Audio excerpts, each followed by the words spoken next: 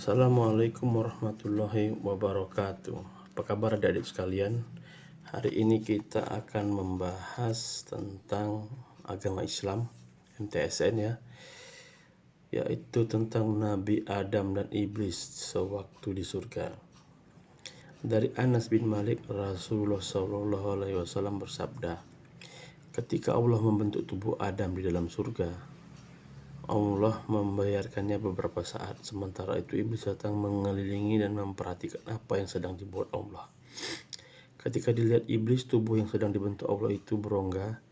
Dia tahu bahwa yang diciptakan itu Adam, diciptakan sebagai makhluk yang tak dapat menguasai nafsunya.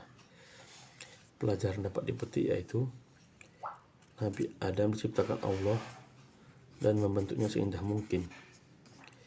Nabi Adam diciptakan di dalam surga dan diturunkan ke bumi dari dalam surga. Ketika itu Nabi Adam tinggal dalam surga, yakni surga yang dijanjikan Allah menjadi tempat tinggal para wali Allah dan orang-orang beriman. Nabi Adam diciptakan dari seluruh jenis tanah yang ada di muka bumi. Oke. Setelah dibentuk, kemudian Allah membiarkannya sejenak tanpa ruh, dan kita belum tahu apa rahasia yang demikian itu.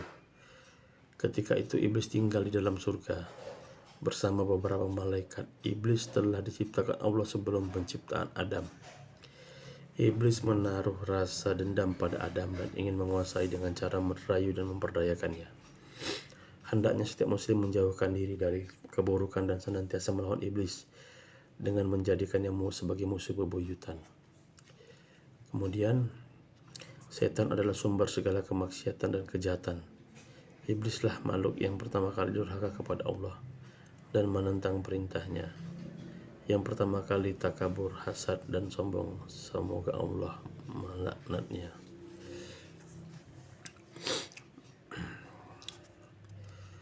Oke, yang kedua kita akan membahas tentang detik-detik wafat Nabi Daud.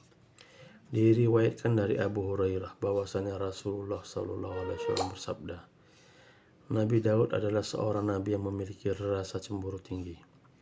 Setiap kali beliau keluar selalu mengunci pintu-pintu rumahnya, sehingga tidak ada seorang pun yang bisa masuk rumah Nabi Daud sebelum beliau pulang. Suatu hari beliau keluar rumah,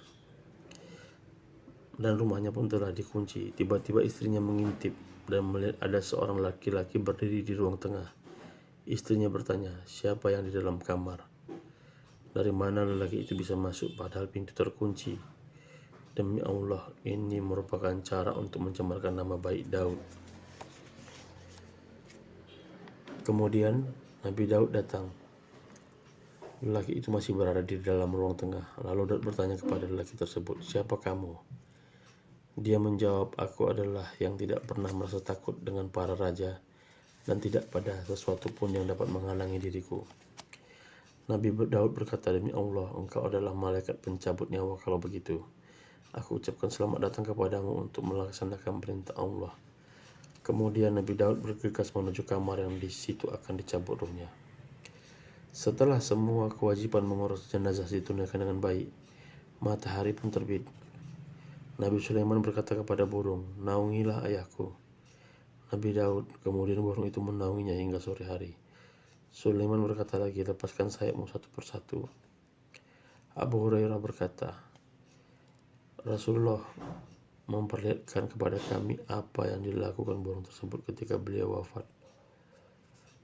Beliau dinaungi oleh burung-burung bersayap lebar.